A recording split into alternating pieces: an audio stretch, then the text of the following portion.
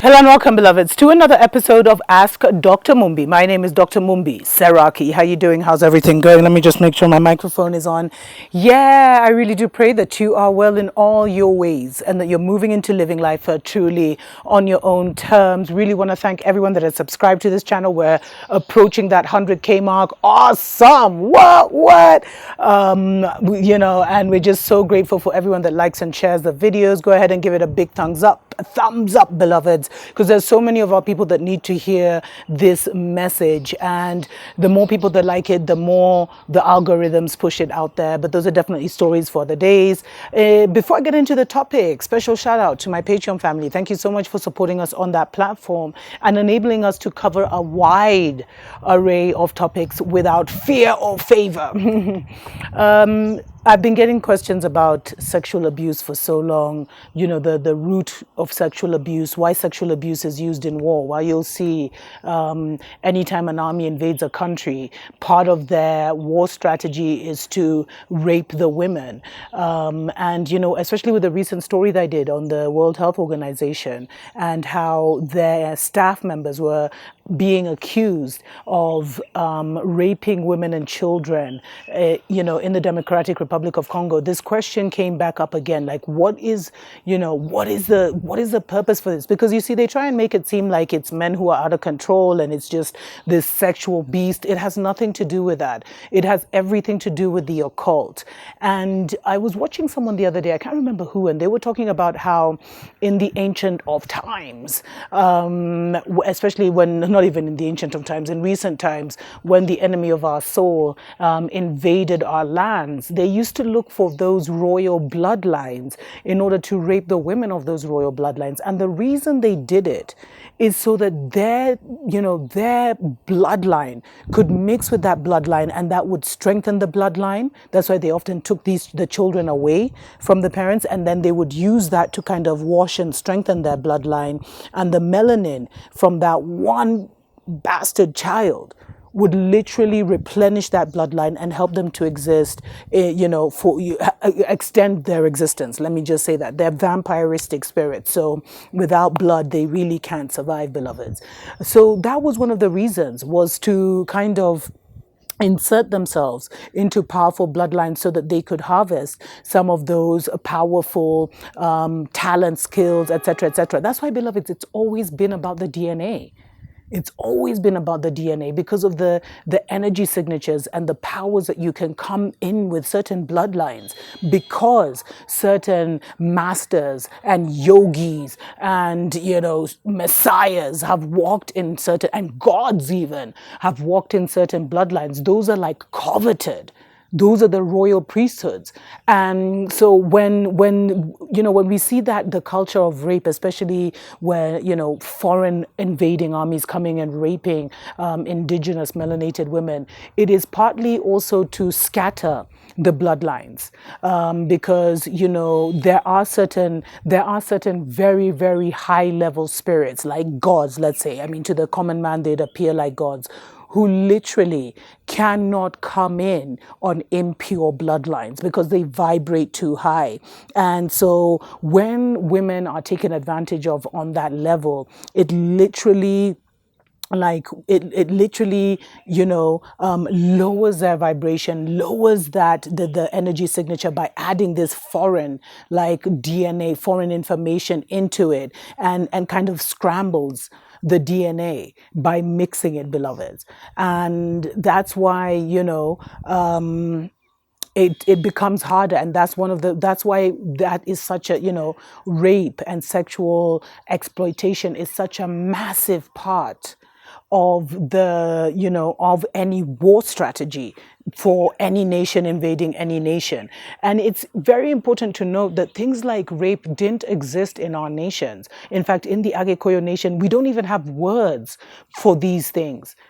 Rape, sexual abuse, sodomy. We don't have words for those, beloveds. And it was something that was so rare that it didn't need to be in the group thought vocabulary. And it was something that if a family was caught, they would literally kill, take out that entire bloodline that man and literally, would be taken out, sometimes even with his children. Seriously, it was that serious, beloveds, because they always wanted to kill, to cut off any impurities to the collective bloodline. But those are definitely stories for other days that I can get into for sure. If you're interested, let me know in the comments below. But the whole thing, nothing is by accident, beloveds. So the reason that it happens so often, when we see in, especially here among the Agikoyo, there's also when the, British first came here, there's also been relentless accusations of, sexual abuse against the Samburu women, who there's all these, we call them half caste, or here that's an insult nowadays, children like in the middle of nowhere. It's to scatter the DNA, scramble it so that higher level beings can't come back and kind of take this over. Because no matter how high you are spiritually, you have to be able to fit yourself into a physical, vessel. Secondly, it's to, harvest the strength, the melanin, the powers of melanin from that DNA, and the powers from that DNA to extend your own bloodline, to kind of bring that into your own bloodline. And we see that with the whole Harry-Meghan situation, bringing a little melanin into the royal family, which they desperately need stories for other days. And, another thing is to, to lower the vibration of the women by causing so much trauma, because women are the society. They say, educate a woman, you educate a village. That was one of the famous sayings of the missionaries, etc., etc.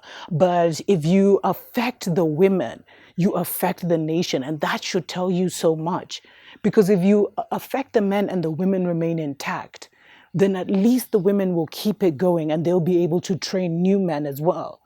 But if you bring down the vibration of the women, it's just like you've already defeated, that nation. So that was definitely another thing too, as a way of defeating and totally destroying that nation. Anyway, let's take a short break. We'll be right back.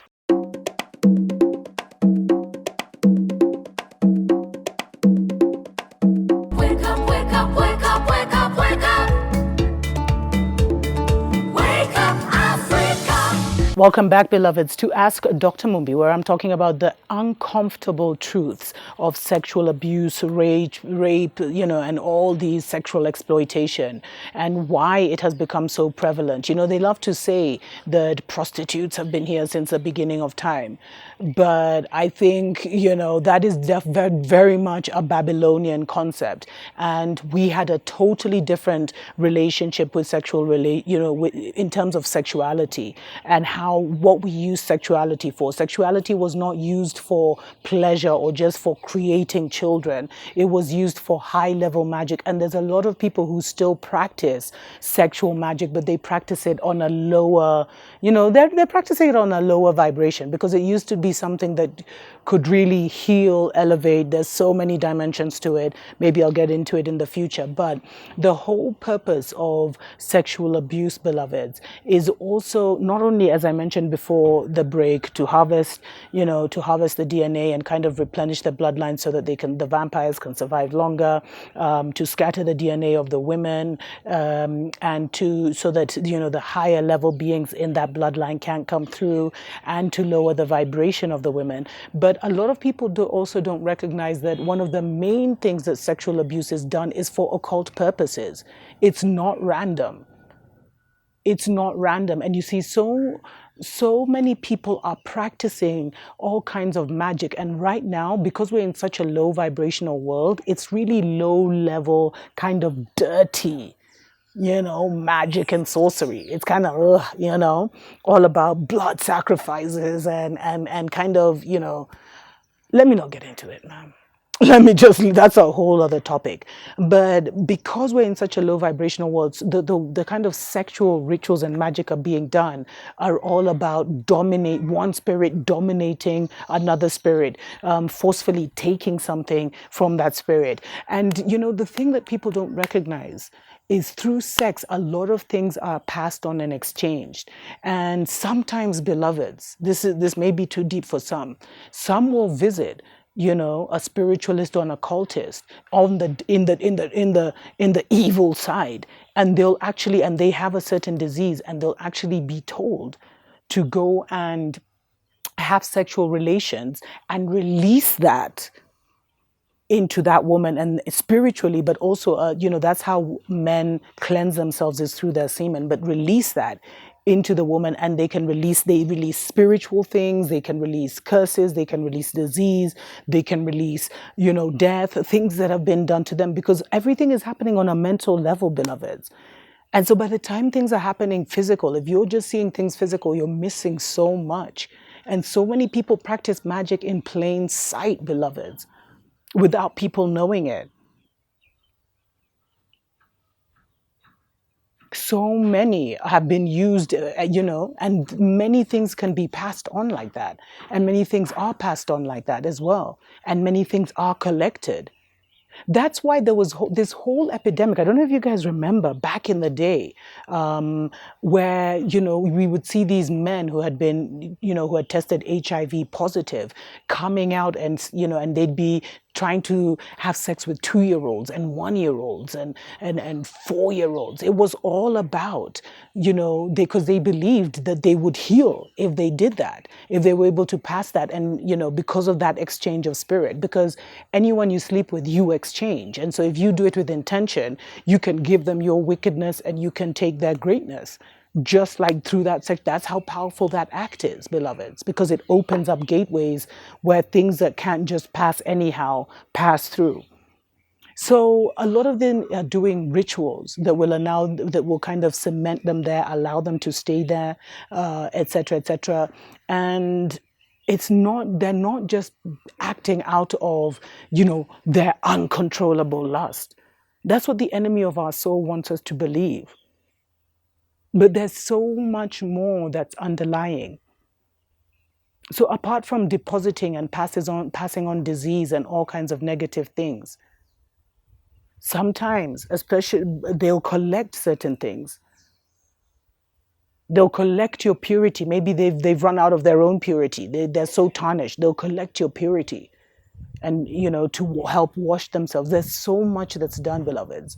That's why, on a side note, you shouldn't even just be having random sexual relations just like that, because you don't know what you're giving and you don't know what you're receiving. And that's one of the things that Babylon brought into our system that was not there. And I believe that's one of the things that has really weakened us. Maybe I'll do a whole separate show on that. But whenever you see that, it's all about, these occultic movements that are happening behind the scenes that many of us don't see. But if you have been a victim of sexual abuse or sexual exploitation, beloveds, raising yourself up is the only way to heal and allow that not to affect you. Because remember, your mental having this physical. This is just a vehicle. It's just a vessel. What you need to, what has the damage that has actually been done is that memory.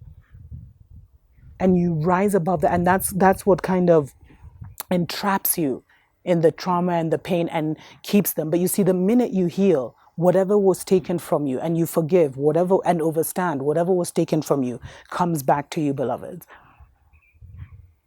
And so the more you work on yourself spiritually, the more your spiritual team will lead you to do the necessary spiritual baths, to do the necessary fasting and cleansing to get that out of your system, and to go into nature and allow nature to remove all those impurities from you, beloveds. Because it's the mind. You have to recognize that didn't happen to your body. And also remember, you can rewrite your history, beloveds. You can go back into that memory and turn it around where you become victorious. If you'd like me to go deeper into this, let me know in the comments below. Until next time, tuko pamoja.